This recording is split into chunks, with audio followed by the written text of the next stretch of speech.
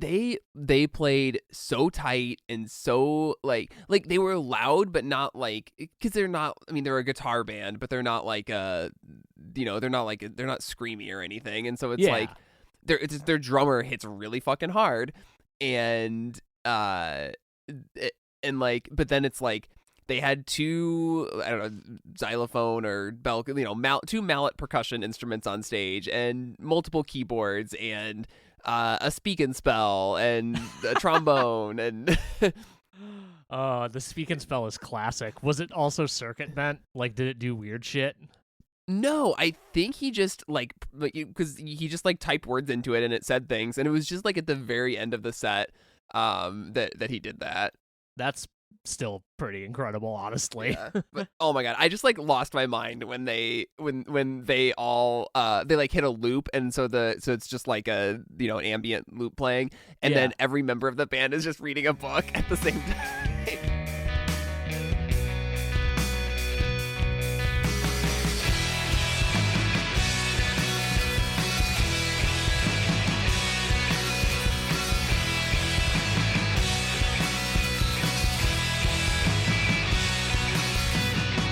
Welcome to Noise Floor, a podcast about music through the lens of our favorite artists' discographies. I'm Matt Kistler. And I'm Troy Sennett.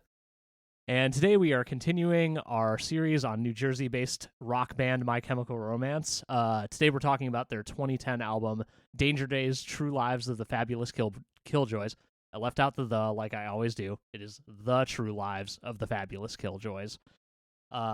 This record was released in November of 2010 on Reprise Records, as the previous records have. This album is maybe notable for not technically being the next MCR album chronologically. It is in terms of release order, but it is notable that there was an entire other album recorded before this that we'll touch on briefly, but we're going to actually talk about next week, called Conventional Weapons. Troy, do you want to give me a little bit of background on where you were when you first encountered this album back in 2010? Yeah, so I was it was my freshman year of college, and it is the time in my life that I was least connected to bands like My Chemical Romance or this entire emo scene. Like, if you had asked me, like, is I'm Not Okay a banger at that point, I probably would have said yes, but like, I was not listening to anything in the scene. I was listening to mostly like Bandcamp punk is what I think of it as now. Just like bands who would put their EP up for free on Bandcamp, and that's like just what I was into. And I was into like, songs about not being able to pay your bills or whatever, and not like these big theatrical comic book ideas that My Chemical Romance was doing. And like, obviously I loved the Black Parade, but I don't know if I had felt like I had grown out of it, or just, my interest had shifted. I remember sitting in the science building at Wesleyan and listening to Danger Days when it came out, and I got 3 or 4 songs in, and I was like, nope, this is just not for me, and I turned it off and didn't think about it again for years and years and years. I was like, well, this is the one where they just lost me, and I don't really understand the choices that they had made or why it sounded like weird synth pop or dance music. It was just our tastes had gone in completely separate directions. I have come around on this album a lot over the years, especially this last week listening to it again. I think this is, if not, I don't know, it might be a little bit short of fantastic, but it is a daring, wild album full of like cool swings and just like the kind of thing you want to see a band that you love do.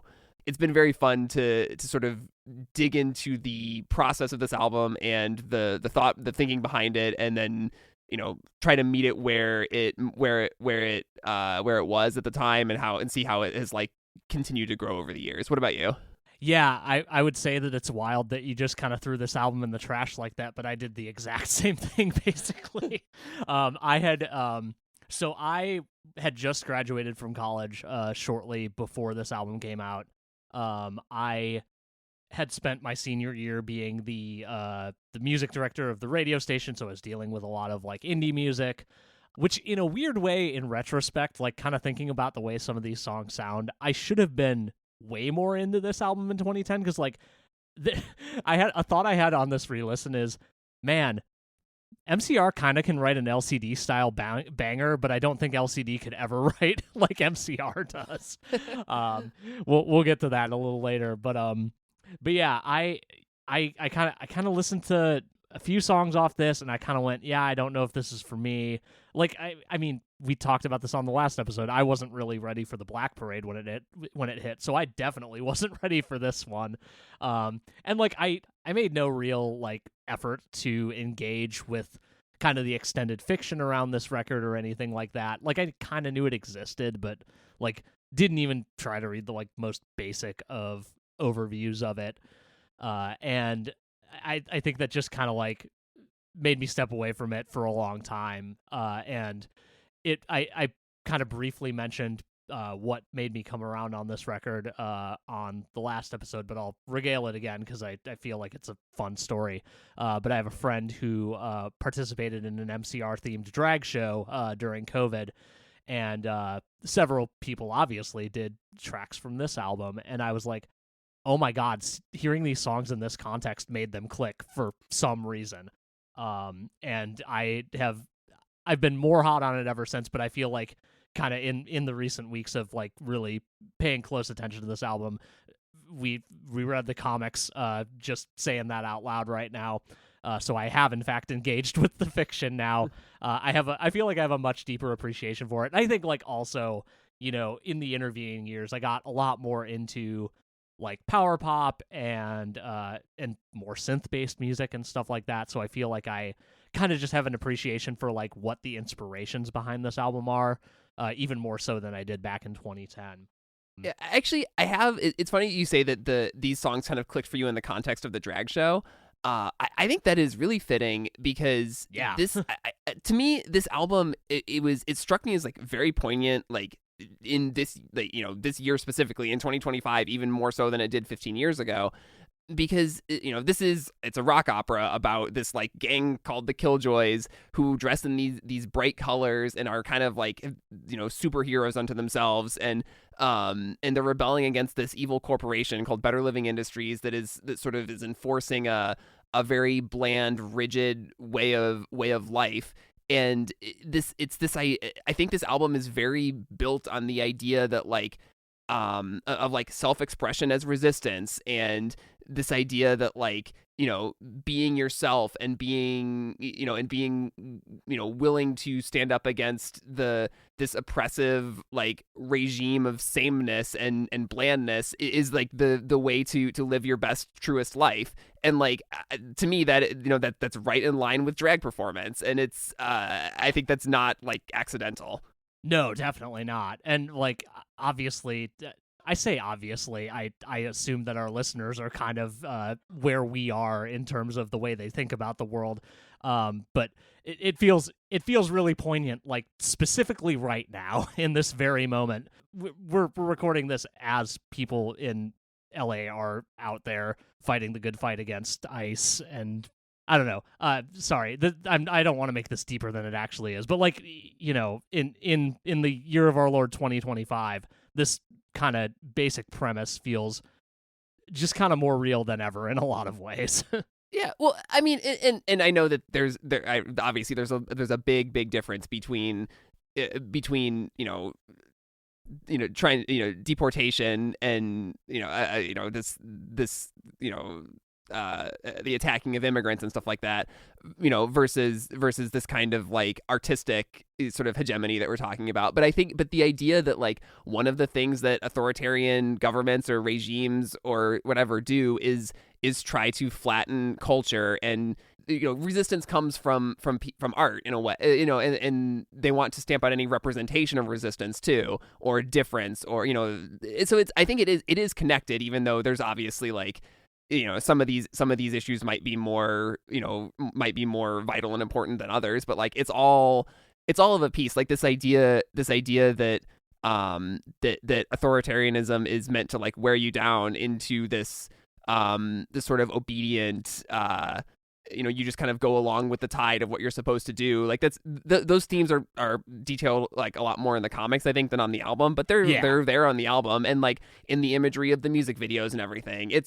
I don't know. I just kept finding moments on this album as I was listening to it this week. They're like, oh, that is very relevant today in a way that I did not expect it to be. Yeah, for sure. So I guess kind of to give like slightly more context. It seems like kind of based on what I was reading in the back of the kind of first volume of comics, which actually occurs after the story portrayed on the album, portrayed question mark maybe a little bit, but it seems like Gerard and Sean Simon, I believe is his name. Gerard and Sean Simon were like kind of conceiving of this general story, a while before the album like came to fruition, like around the time that Conventional Weapons was being worked on. And it kind of came into and out of focus for both of them. But kind of was all based around this character called Mike Milligram, which is a nickname that I guess they had given to Mikey around the time that he came back to the Paramore house during the recording of the Black Parade, which I found kind of fun. That Gerard's relationship with his brother still comes into these comics. I think that's very nice. But yeah, I guess it had kind of like, fallen off for a little bit, but then it, came back in a big way for this album, and then subsequently the kind of supplemental comics. In a way, I weirdly feel like I maybe missed something. How much of the text of this album do you feel tells you the story of what is supposed to have happened, and how much of that only exists in the music videos, do you feel? There is the story is much more hinted at on the album. I think it's more implied than it is specific. It feels more like a rock opera than a concept album. If there's a real distinction to draw between those. And there are points on this album that are just totally out of not part of the Killjoys story at all. Even though some of it is extremely into the concept, there's moments that are just totally not. So I don't know. I don't feel like I feel like it's more, the story is more there and more a part of the album than whatever you try to piece together on Three Cheers. Sure. But it is because it is a little more of a story than like an examination of an emotion or a feeling or an idea like Black Parade is. It's the story is there, but like I think that they make some choices in the structure of the album that I think don't really help the story, if that makes sense, which we'll get to kind of towards the second half of the album. But yeah, I mean, I went into this more trying to engage with it as a story than I did any of the other albums, so maybe that's part of it too, that I was looking for that stuff more.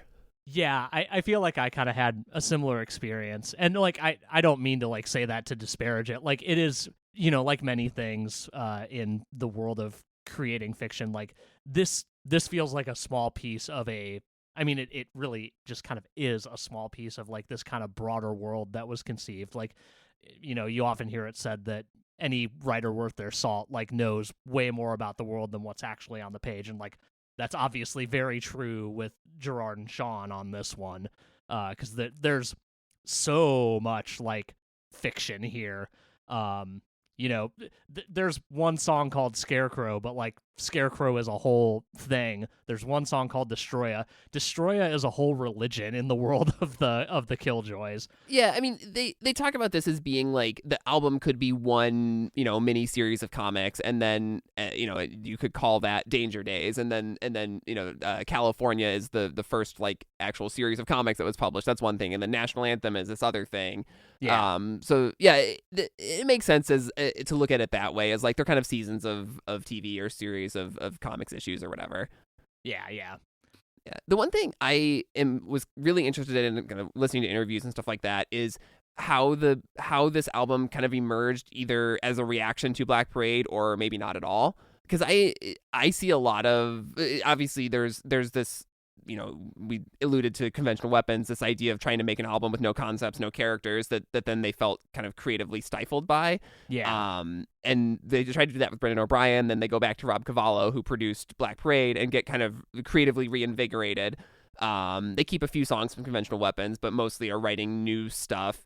And this is like they describe this as the sound of a band having fun being creative again and expanding the definition of what a My Chemical Romance song could be.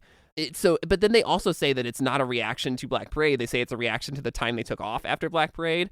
But like, I see this album as very much an emotional response to Black Parade. Like, Black Parade is such an internal album about an inevitable thing, like the idea of death coming for everyone. Whereas this is a very external album about like taking the emotion that is inside of you and reacting to it and processing it externally against something that you can change, even if it is, a massive, government / pharmaceutical corporation it's hard to change, but it's something that you can change because it's a thing that's in the world. Yeah. I feel like it can kind of also just be both in a way, because like, in many ways, obviously just sonically alone, this feels like a reaction to the entire My Chemical Romance catalog thus far. Just in terms of sound and in terms of aesthetic, because like we have shorn ourselves of all the black. Well, not all of it, just most of it. We've doused ourselves in neon and put ourselves into fictional near future California, actually past California at this point, because I think this is supposed to take place in like 2019, I think is when like the main story is something like that. Yeah. Whatever. It doesn't really matter. It matters a little bit, well, whatever. But it's literally the year is scribbled out in one of the comics issues, right, which I thought was really funny. Yeah. In National Anthem, they are regularly alluding to years, and some stuff takes place in the late 90s apparently. But you only get the first couple of numbers of any given year, so it's not that helpful. Yeah, I don't know. I just and of course, the reinvention of the band as a new, like they killed the Black Parade, and then the Killjoys are this new entity that the band inhabits. It's bright colors versus the gray and black of the Black Parade. I don't know. It's just fascinating and cool to see a whole new artistic era, and obviously that's one of the things that they're best at is creating these these worlds through the design and the music videos and everything on their albums. Yeah, we should probably get into the tracks here, I think, unless you've got anything more to say about kind of the general things that led up to this. No, I think we can jump into it. So this starts off with a spoken word intro called Look Alive Sunshine, which is one of the characters, Dr. Death Defying, who is this sort of radio DJ that exists in the world of the Killjoys. And he's doing this kind of I don't know, big bombastic sort of call to action thing, which I guess he is supposed to be in the story. He's like giving the Killjoys sort of coded messages about where to go and who to fight or whatever in these radio broadcasts. I just think these are funny. Like, louder than God's revolver and twice as shiny is a great line. It's an incredible line. Yeah. But it's just a little like scene setting thing for the album, basically. Yeah, and when things are going smoothly on the internet, it transitions, very nicely into our second song. Oh yeah, it goes straight into na na na na na na na whatever, the many nas. The many nas. You know which one we're talking about. Yeah. So this was the first single. This is, according to the band, the song that sort of revived the project. The first one they wrote while they were working with Rob Cavallo, and it is just I think this is a phenomenal single. It is just obviously built around this extremely catchy, no lyrics, just sing along bit. But it's got a guitar solo. It's got a lot of the My Chemical Romance energy you come to expect. I think it's actually kind of a perfect bridge from the band into what Danger Days is. What do you think of this one? I think I agree with that pretty heavily. Like it's an absolute power pop jam. And like, we have so many nas in this song, it's not even funny. Like Blink-182 could never.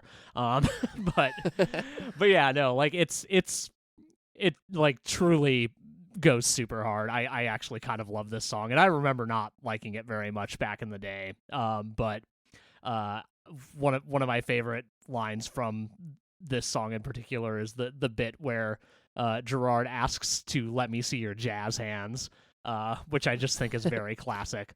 We also like get I don't know, there's that bridge that's like kind of spoken wordy, where we get like a little bit of kind of exposition, but where he says, "Little children raise their open, filthy palms like tiny daggers up to heaven." We'll talk a little bit more about this directly on a later song, but I feel like there are many references to songs, albums, bands that have inspired the band over the course of their career. I can't tell if this is a Godspeed like riff. It probably is a little bit. Because what the hell is that one album called? Lift Your Skinny Fist Like Antennas to Heaven is the Godspeed album. That is I the one I'm didn't thinking of. I hadn't made that connection, but I think that's very likely an intentional, at least intentional construction of that lyric. Yeah. But yeah, it's done way more explicitly later on in the album. But like I came back to it and I was like, oh yeah, that's probably a thing. Yeah, and this is one of the bigger like story moments on the album, that it really sets the scene of Battery City is this place where angels are made from neon and fucking garbage, and like there's no, it's sort of this hopeless place where people kind of worship the electricity that keeps them alive, basically. Yeah.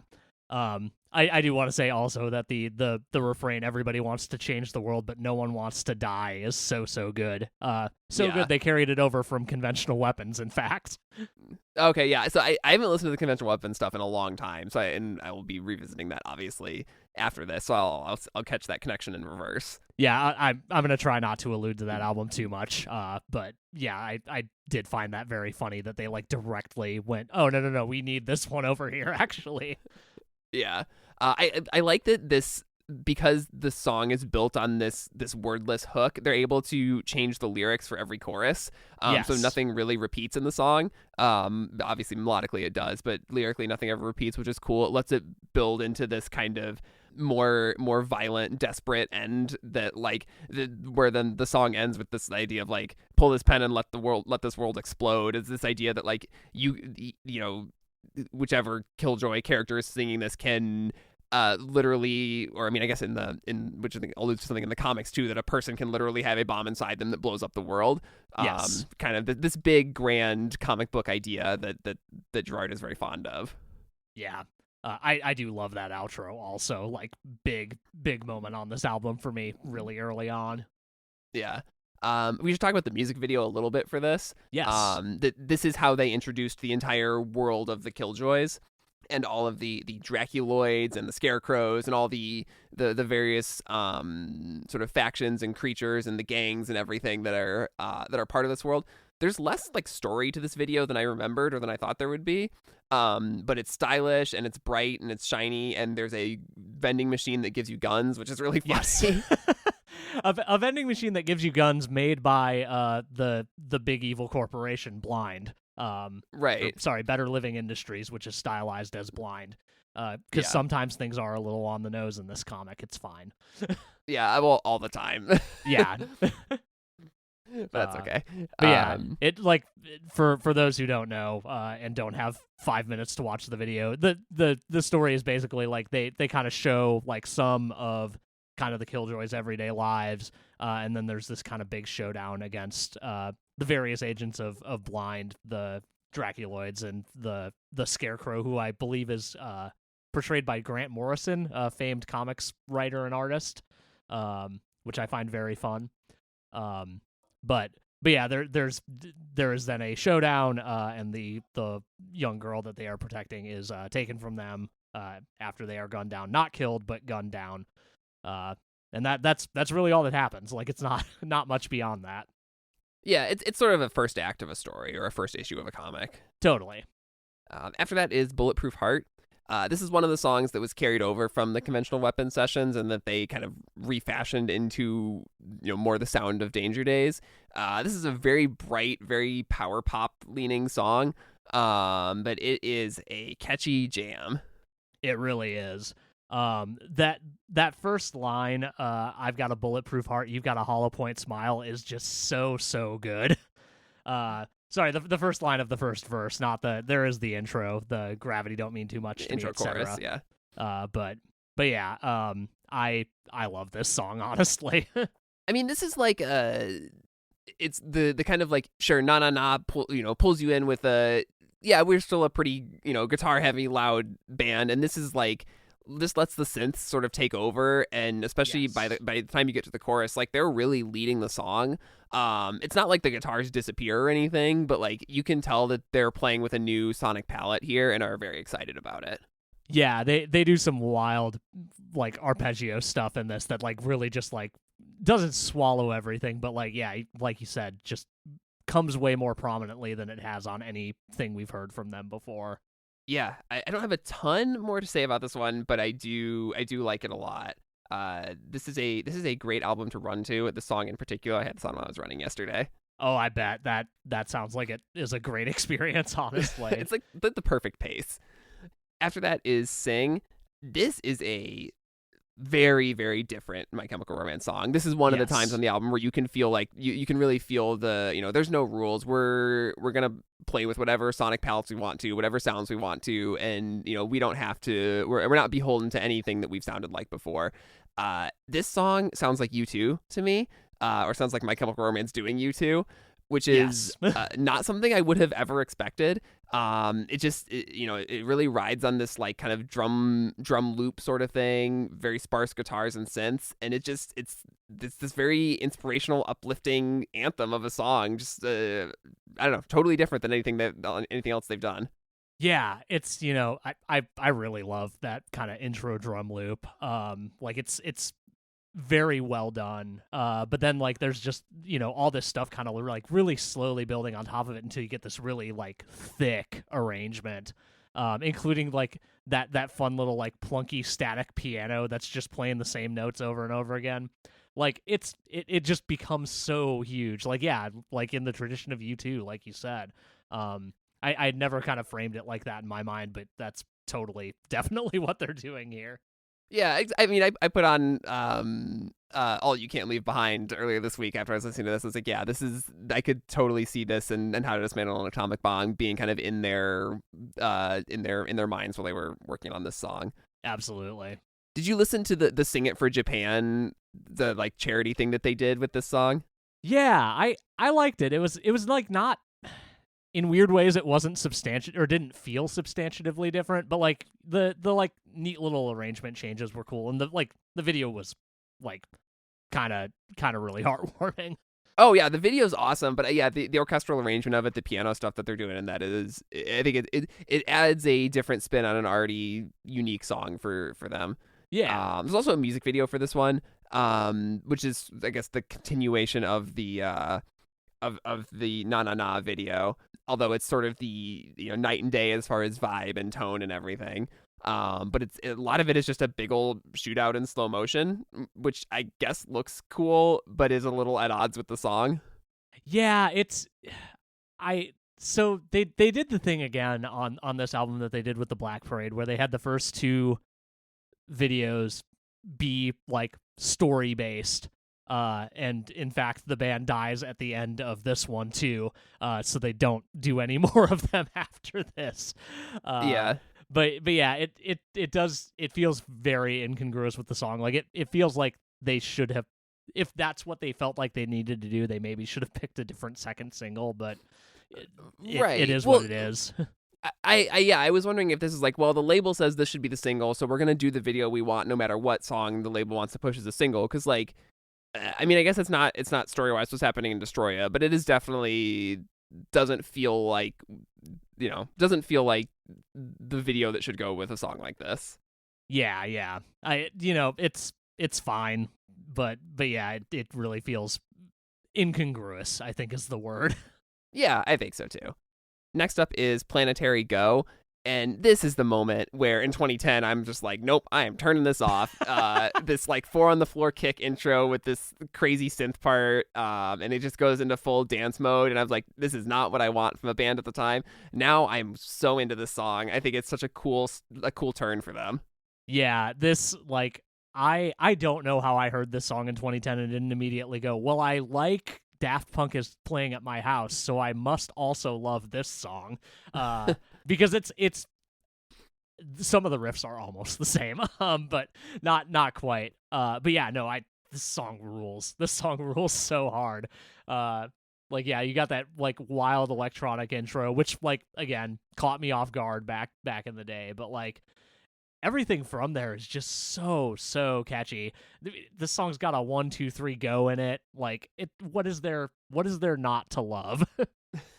Yeah, I mean, I think at the time, I don't know, I wanted to come to My Chemical Romance for a certain thing, and then they were not doing that thing, and so it's like, well, I'll just go, listen to something else. And I think that's obviously the thing that any band that does major stylistic shifts struggles with is their fans accepting those new directions. But like, they're obviously at this point, they're very confident in being able to do whatever they want, and even if I don't think they're that worried about how it's going to sell. They're obviously having a lot of fun making it. Yeah.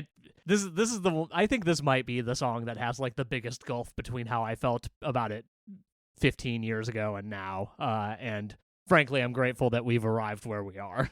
Yeah, same. It's absolutely the same for me. This is also kind of where I start really on the album, start being like, making a lot of the connections between the imagery that Gerard is pulling out for Battery City and the Killjoys, and also and sort of the real world parallels of like, whether it's environmental disaster or pharmaceutical companies or whatever. Like, I feel like there's a lot of that real world anxiety wrapped up in this song. Yeah, definitely. Music video for this one too. It's just a performance video, but it is another entry in this band is bright and vibrant, not morose and dark anymore. Angle that they're doing here, for sure. After that is The Only Hope for Me Is You. This is I keep every time I listen to this, it makes me think of Houston Calls. Do you know that band? I'm vaguely familiar, but tell me more. They're just like a Drive-Thru Records era pop punk band. I love them, but they're not a particularly consequential band even in that scene. They have a couple albums that I love, but they weren't ever huge. But something about that chorus, the way the vocals are produced, the way the melody kind of soars, I'm just like, this is pure like Drive-Thru Records / Spider-Man 2 soundtrack stuff, which is straight to my heart. No, that's good. Yeah. I feel like if you had not already been turned off by Planetary back in the day, this probably would have cemented it, because we get another one of those like kind of EDM-ish intros. Kind of. It's kinda. not as in your face about it though. No, definitely not. It feels like it could have a drop. I guess is more the vibe that's happening here. Like the intro proper is like very like atmospheric, ambient-ish during the Remember Me part. But then you get the like kind of synth bass coming in after that. But then it explodes into a huge rock track. So I actually think this one, it really splits the difference between the My Chemical Romance as a punk rock band and My Chemical Romance as a more synthy, dance-driven, the extremes of this album. I think this one sits kind of right in the middle in a nice way. Yeah, we're kind of having our Paramore style post-punk turn in a lot of ways on this record. Yeah. Lyrically, I think this is a really nice song, kind of a song about sticking with someone, despite the world going to hell around you. Or because the world's going to hell around you, you're sticking with them. I don't know. Lisi particularly likes the song. She thinks it is a bit of she sees a little bit of us in it, which I thought was sweet. We were talking about it this week. I love that. It's a good one. Okay, so I have a question for you. Is the weird enunciation of some of the stuff in the chorus because these characters are from California, and I guess Gerard is at this point too? Like, there are Tom DeLonge moments on this song, I feel like.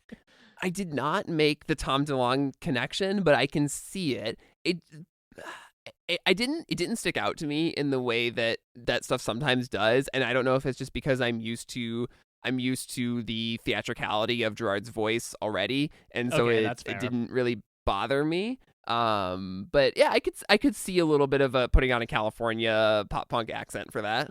Yeah, I just, it doesn't happen anyplace else, so I was like, why is why is this happening here? Like it's good. I don't hate it by any means. It just for some reason in the last couple of listens I'm like, man, I can't get it out of my head that we are going full Southern California on this one. The one other thing I do want to put out there about this song is that I really love that bass part that happens in the bridge over all the atmospheric synth. It's so good. Love a good Mikey moment. Always. After that is the sort of interlude in the middle of the album, Jetstar and the Cobra Kid / Traffic Report. I don't know, just another bit of scene setting. I don't have a ton to say about it. It leads right into Party Poison. Yeah, which is, man, what a song. Yeah, this, again, another one. The song apparently was originally called Death Before Disco when they would also play it live. good. Yeah, good title. And yeah, this is a very like in your face, frantic guitar dance song. Reminded me a little bit of The Faint. I think the LCD Sound System call out you made earlier was good too. Yeah. And it's got this like Japanese radio voice giving a traffic report over the certain parts of the song. The song is a lot of stuff, and it is I think it's really good. Yeah, this is also the song that is just stuffed with references to other bands. The Jawbreaker thing, yeah. There's the Jawbreaker thing. I counted at very least Jawbreaker, MC5, and the Stooges. One of my sub bullets on this is this a Gaslight Anthem song, which I thought was very funny when I wrote it. But no, like what is the? Let me see if I can pluck some of these lines out. Well, the Jawbreaker one I can do right away because that's the yes. If we were all like you in the end, we'd be killing ourselves by sleeping in, which is yes. the reference to Save Your Generation. It has the line I've got a message to save your generation. You're killing each other by sleeping in, which is a multifold thing, which is this idea of the Killjoys as a group that stands out from their generation, that sees their generation as this kind of boring, compliant, sad, state of affairs that and they see themselves as kind of rebelling against that. And then of course Rob Cavallo produced Dear You by Jawbreaker. Yes. And so that's also kind of in there for him, I'm sure. Definitely, yeah. And the MC5 reference is almost boring because it's just them saying, "Watch me kick out the jams." No motherfucker included, of course, even though it probably would have totally worked here. And then the Stooges reference, or the, I guess, Iggy Pop and the Stooges reference, it was Street Walking Cheetah with a capital G. I believe the actual original line is stated in the comics somewhere, or at least Heartful of Napalm is mentioned somewhere in National Anthem. Yeah. I want to be clear, everybody. My memory is not very good. I just finished National Anthem 2 hours ago, so that's why I remember all this stuff. But yeah, I love this song. It rules. Yep, it does. Another one that was kind of in the Conventional Weapons sessions, apparently. Yeah. Although I think it is very much at home on this album. Definitely. I think the next song, Save Yourself or Hold Them Back, is I think that's the last one we'll talk about that came from Conventional Weapons. This one feels much more like an older My Chemical Romance song to me. It's the only time on the album where I'm like, not that it feels like they're regressing, but that I could tell that this was pulled from a different era of the band. Yeah, definitely. We've just kind of got these huge palm muted riffs. It's also just huge kind of in general, like a lot of other stuff on this. But yeah, it definitely does harken back a lot more than most anything else on this album.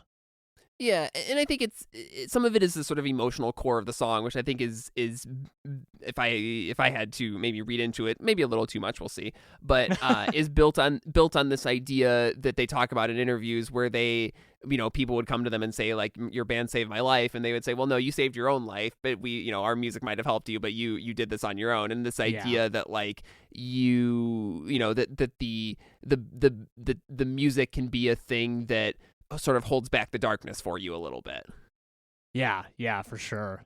I did peek at the Genius annotation, and the comparison that was drawn to older MCR on this one was just that this and Welcome to the Black Parade both influenced their fans to dismiss the idea of conformity, which is the most tenuous string I've ever seen drawn between two songs. Yeah, well, I mean, but also that is the at the core of this entire album. That's the whole thing. Yeah, and yeah, Black Parade has that too, but this album is explicitly about not conforming to the the way that the world or the institutions want you to be. Yeah, for sure. It's interesting to read this song as like also as a song about like dying for your beliefs for what's right, but then to compare the way that Gerard Way approaches this is to the way that Rise Against would approach a similar idea, because this is like all full of the fantastical language and the comic book ideas, and with Rise Against it's very very literal and like you should actually blow up a factory or whatever. No, you should actually purchase a gun from a vending machine. Yeah. God. Anyway. You got anything else on this one? No. Let's move on to SCARECROW. It's just Scarecrow. It's just Scarecrow. It stands for something. I don't remember what it is. I literally cannot. I don't think it's ever said anywhere in the comics what it stands for. No, it's in an annotation on Genius somewhere, and I don't need to find it now. It's fine. This, I guess, so this in the story, the Scarecrows are the like corporate police of Better Living Industries, and they National Anthem in particular is about a scarecrow who goes through a bit of like a crisis and that's on California. That's in California. Anthem. Okay. Yeah. Okay, sorry, wrong one. No, it's fine. Sorry, I didn't mean to actually you. No, you're good. I read these back to back like in 2 days, so I might have gotten some things mixed up in them. Nah, it's a lot of. I mean, it's got a lot of similar themes across the two. Yeah, they're kind of. It's one of those things where they're kind of not like telling the same story, but they're engaging with a lot of the same ideas. Yeah. I think this is where the album starts to I start to question some of the turns they take. I think the chorus of the song is just grating. It is one of my least favorite moments on the album is when this kind of repeats and repeats and repeats at the end. I like things in it, but I dislike the chorus enough to like I probably never want to revisit the song on its own outside of the context of the album. Yeah, I don't find myself coming back to this one on its own very often. I don't have a problem with it, and I know people are big fans of it. I know the band is like kind of huge on this song. Like they really like that they kind of wrote a kind of psych rock-ish song, which is cool. Like sonically, I think there's a lot of fun stuff going on here, but like the chorus doesn't do a lot for me. The pre-chorus is cool, but that's more because of Gerard's vocal delivery than anything else. Yeah, I'd agree with that. There's a bit in the bridge right before the guitar solo that has a really unexpected chord change that I really like, and I like the guitar solo a lot too. But yeah, I mean I think this is kind of a weak point of the album for me. Yeah, it is the part you're talking about when they do the run, run, bunny, run bit that is like really deeply unsettling, and I kind of do love that. It's somewhere in there, yeah. Okay, cool. Great. I actually want to say it's before the guitar solo, so it's before that. Oh, okay. It's just there's a chord change that like it feels very like prog rock to me. No, I think I know what you're talking about now. Yeah.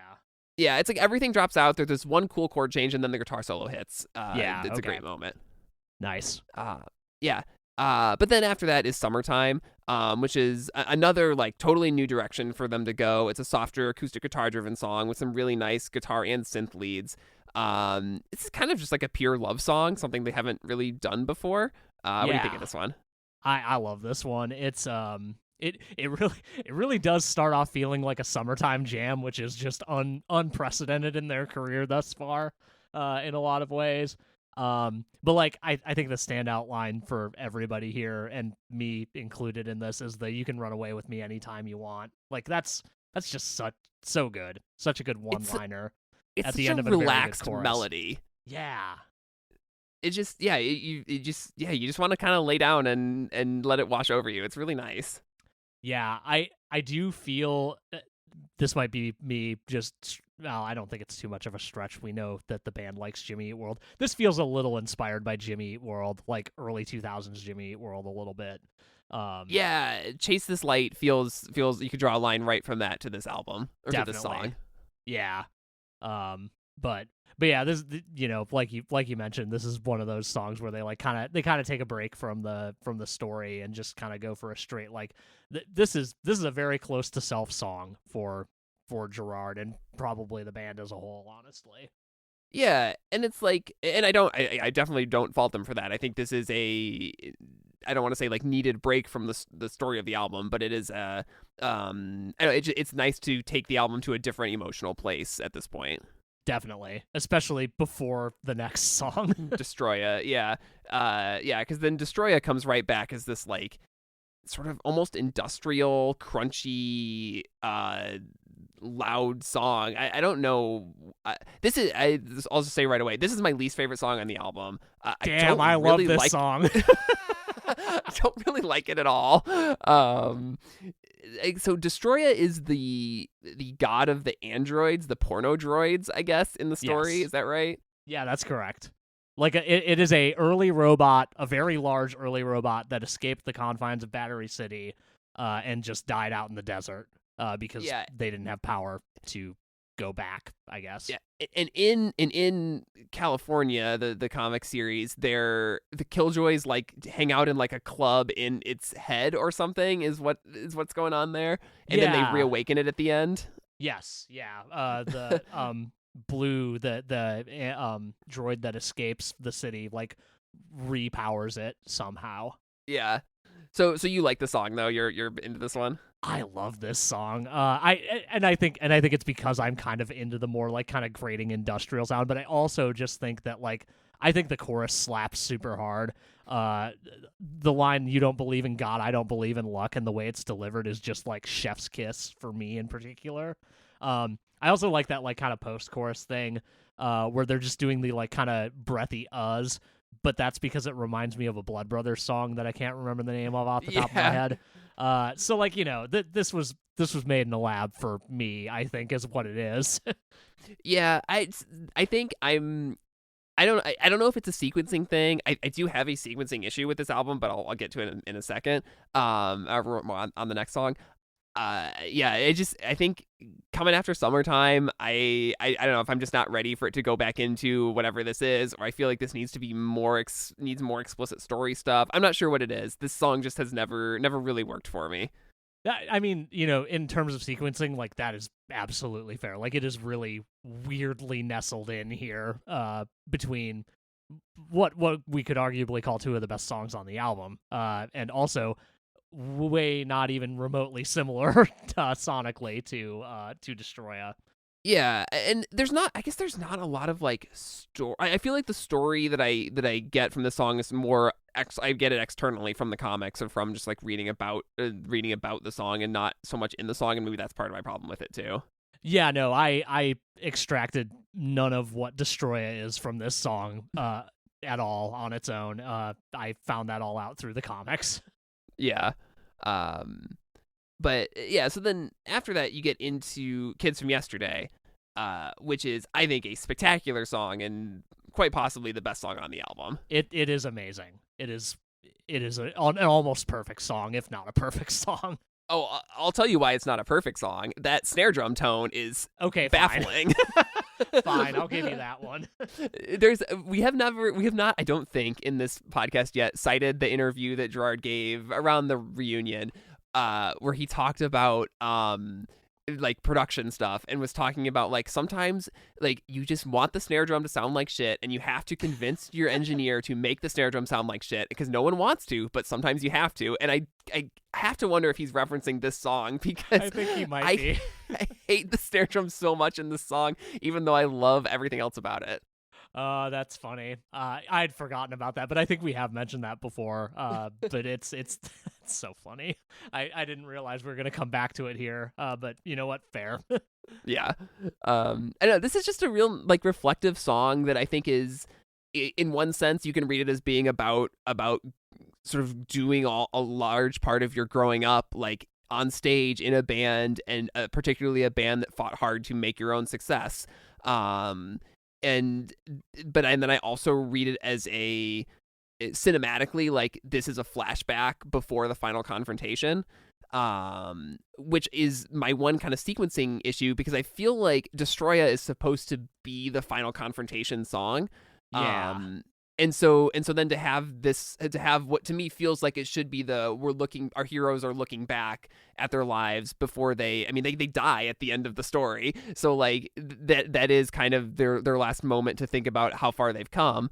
But Destroya is before this, and then there's not really like there's not really another like final confrontation sort of story moment after this.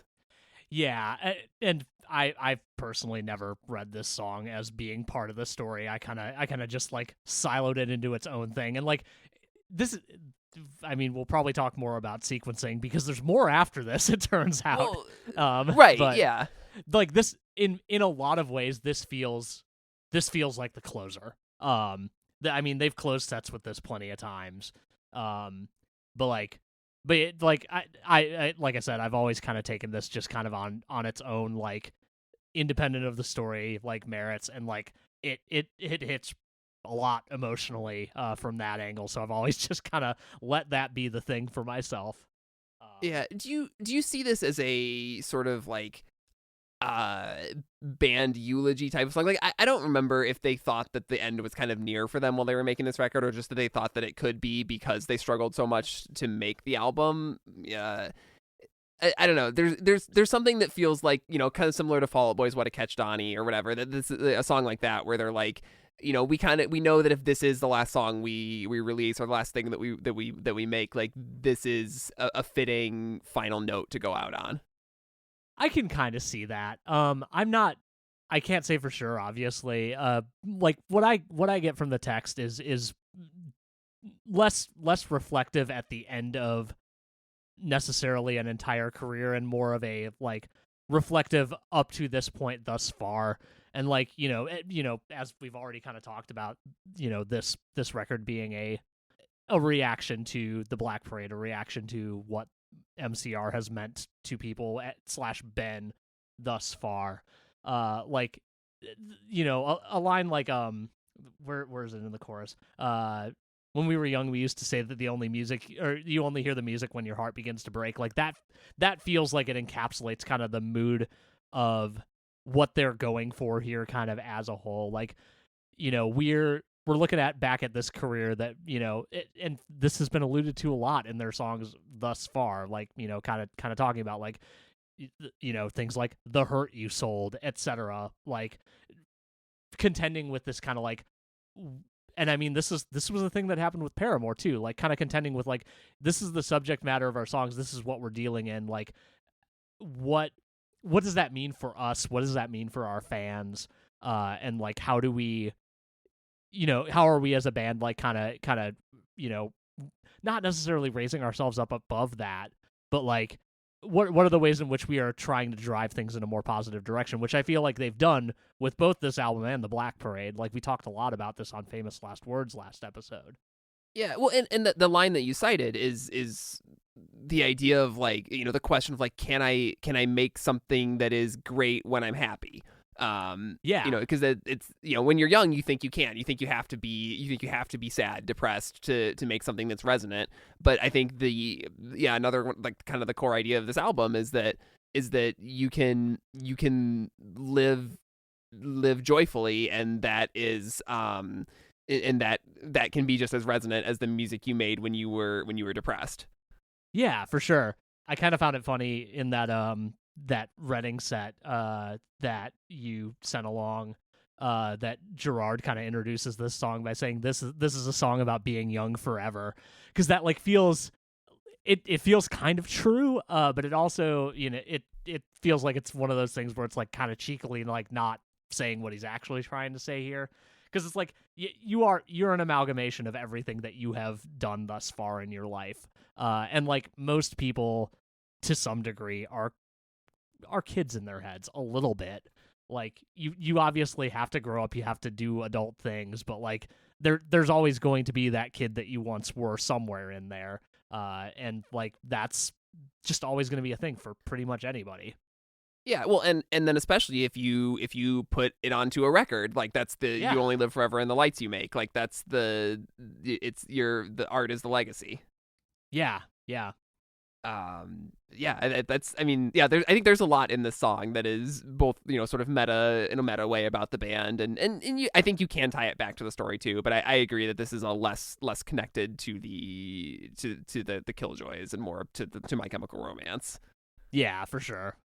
So then we get this little outro of Goodnight, Dr. Death, where Dr. Death defying the DJ goes into hiding.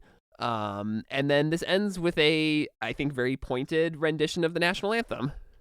It sure does. I call it the fucking national anthem jump scare in my notes, which I stand by.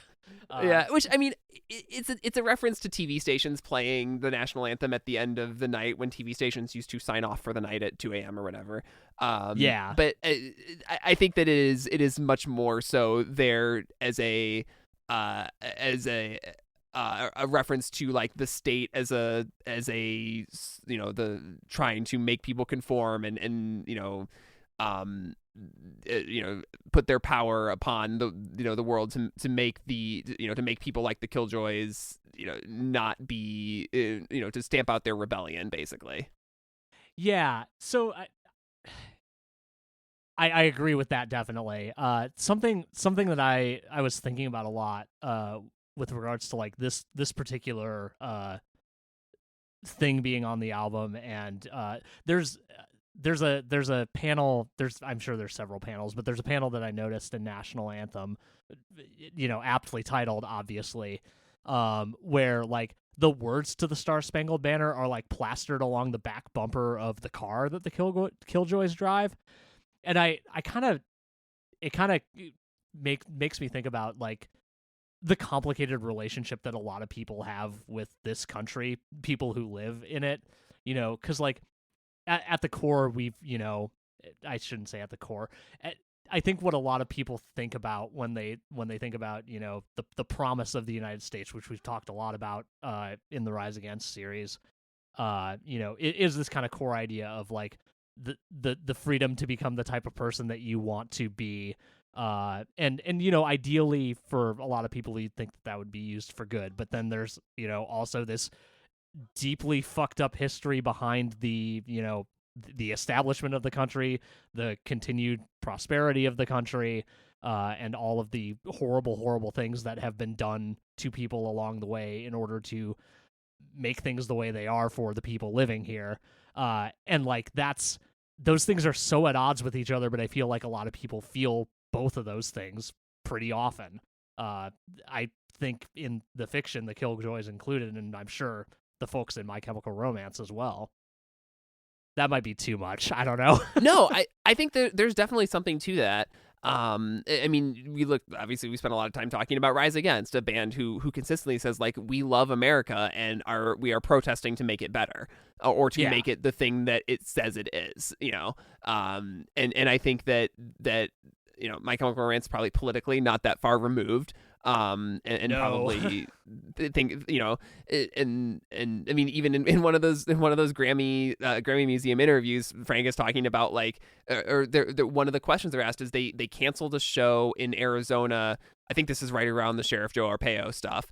So they canceled a show because of that, and they were talking about the reasons why they did that and why they and why they felt like they could make an impact and make a statement by doing that. And Frank is specifically talking about like, write to your congressman, like, make sure, just because you're young doesn't mean you don't have a voice.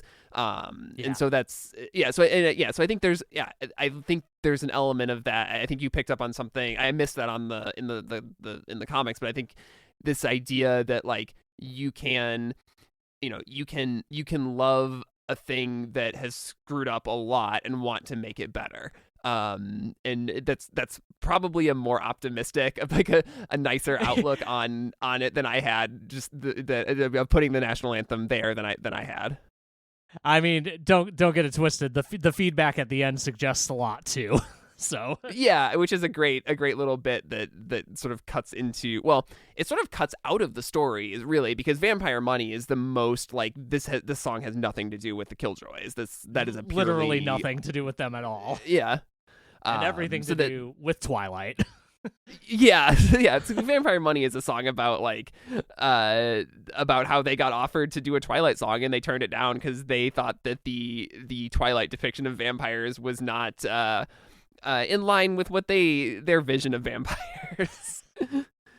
I really like Vampire Money. Oh my god, Vampire Money is such a good song. It's one of my favorites on the album, like no question. Yeah, I think this actually might specifically be the one from the drag show where I went, oh my god, I need to re-listen to this album as soon as possible. yeah. I mean, it's their most like Joan Jett or like British punk vibe song on here. They said they wrote it in an hour and then tracked it live like right away. I believe that without question.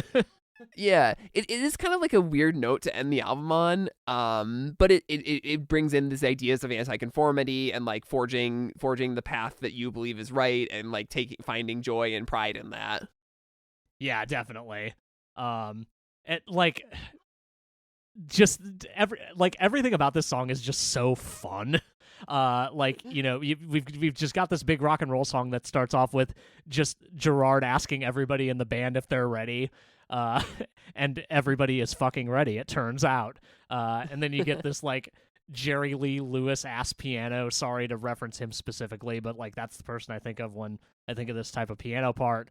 And then you get a line like 3, 2, 1, we came to fuck.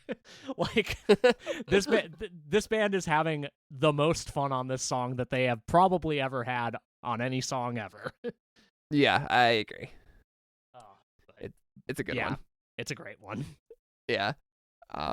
Yeah, so I mean, do you have any kind of final thoughts on the album? I know that we've gone through everything that's on the album proper. No, I really, again, like this much with the Black Parade era, I like kind of have this weird like mourning of the missed opportunity of like going out and seeing them during this time. Like I wouldn't have appreciated it at the time though, so like maybe it's for the best that I like kind of came back to all of this after, you know, reevaluating my relationship with this band and like kind of having a more, let's say, positive opinion on this record in particular. But yeah, I don't know. What about you? I'm kind of the same way that like I wish I had you know, just given this one more of a chance when it came out. I'm glad that it's that I'm into it now. Yeah, there's a couple of bonus tracks that we can talk about. There's from this, I guess the deluxe editions, Japanese versions of the album, whatever. There's We Don't Need Another Song About California and 0%. What do you think of these two?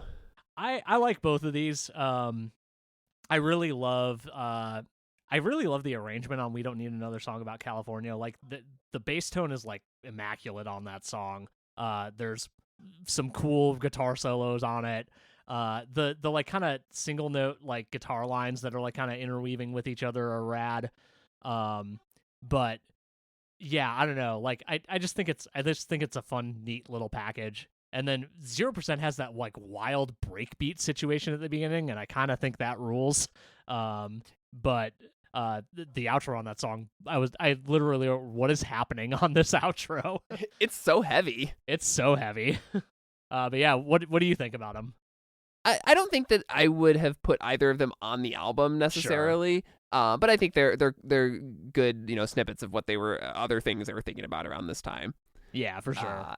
And then there's the Mad Gear and Missile Kid EP, which Mad Gear and Missile Kid is a fictional band that exists in the world of the Killjoys. They're described by the band as the band that the Killjoys would listen to while driving around in their big old Trans Am. Yep. And this is just like 3 super short, fast punk songs. I described this as My Chemical Romance's Pax Am days, the Fall Out Boys like foray into writing another like punk record. Except it's good. Right? Yeah, it is.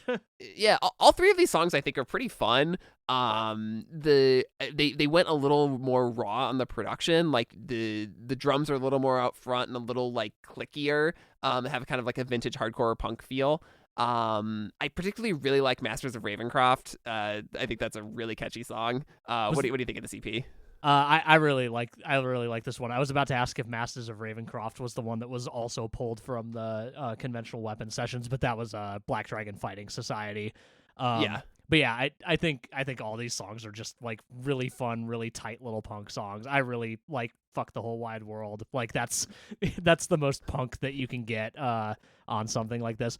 It is it's very interesting to me that in I think it's in California they talk about like a performance that this band did that was just like setting off an enormous explosive because apparently they're also kind of an experimental weirdo band, which I love in the fiction. But I honestly like that what we got here. I think is just super fun, and I'm glad that they made it available to everybody and not just people who bought the like wild special edition of the CD back in the day.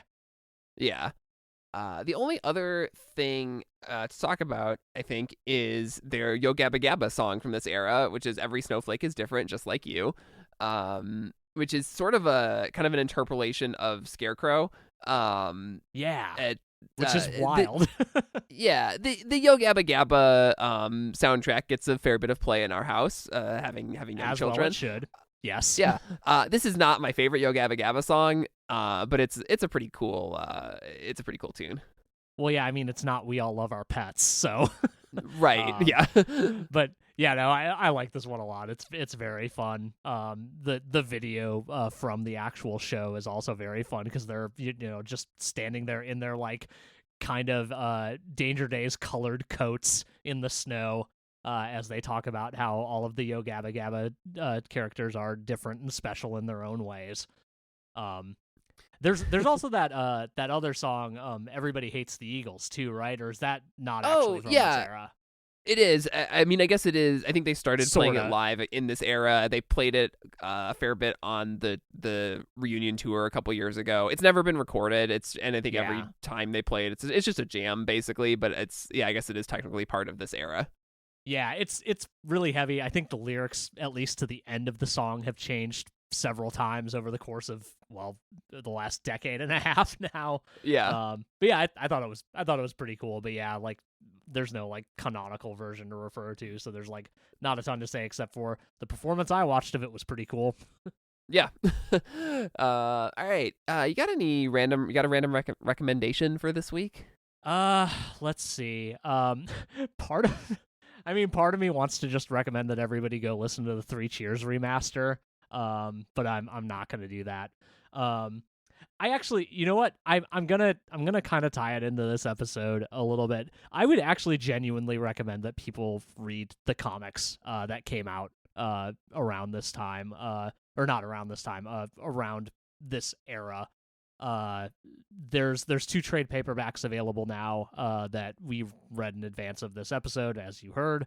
But they're called California, or both are called The True Lives of the Fabulous Killjoys. One edition is called California, which is basically everything that happens after the events of, or I guess it's like 12 years after the events of the album. It's a Lega sequel. Yeah, it's a Lega sequel, exactly. I think that one's super neat. And then National Anthem is kind of an alternate universe Killjoys story where like everybody's memories kind of get erased and they kind of get put back in quote unquote the real world, and then we start having a lot of like they live moments, and then we get right back into Killjoys ass Killjoys shit. I just like I kind of mentioned this in the episode, like a lot of stuff in these comics is very on the nose, but that's kind of how comics are. So I'm kind of willing to overlook it. Both collections are just like very, I think overall really well written and just like beautifully illustrated. So like if for nothing else, you should buy them for the art. I'm going to recommend California and and National Anthem, which I almost called New National Anthem, which is a different thing. Yeah, the illustrations in particular really stood out to me in that. I think it's great art. Totally. What about you? I am going to recommend the album South Somewhere Else by Nana Grizzle. This is a folk punk album that came out in 2020, I believe. Yeah, that sounds right, 2020. And I don't know, this album about once every year or so, I get into a phase where I only want to listen to this album.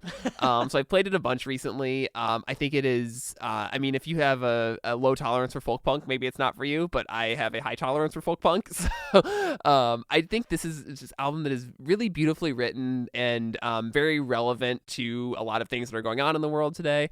But the title track in particular, I've always latched onto. It's a song about growing up in the South, in this case Athens, Georgia, in a fairly like liberal college town, and sort of growing up with privilege to the point where you just kind of don't think that racism happened in your town.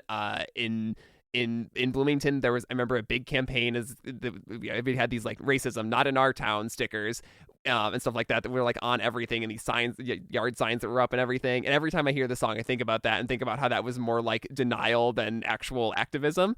Yeah. I really love this record, and I think you should listen to it. Hell yeah. I don't know if I've checked this one out yet, so I'm going to have to. I do like Nana Grizzle a lot. My friend Zach Daniel, they're one of his favorite bands, and I remember for a while I hadn't listened to them, and he was like, man, you got to listen to this band. And then I finally did, and it turns out they're great. Yeah, they are really great. Cool.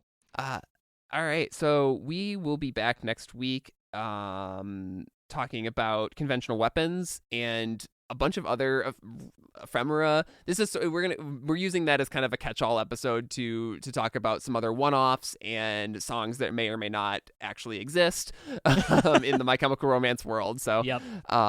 Yeah, in the meantime, find us on the internet at noisefloorpodcast.com. Follow us on Instagram at noisefloorpod. And go seek out some find out what the Paper Kingdom is, and we'll be talking about it next week along with conventional weapons. I'm going to be learning a lot. You're going to learn today. Yeah. Please don't make that my sign off when you edit this. I will not do that. All right. See you next week. Bye, everybody.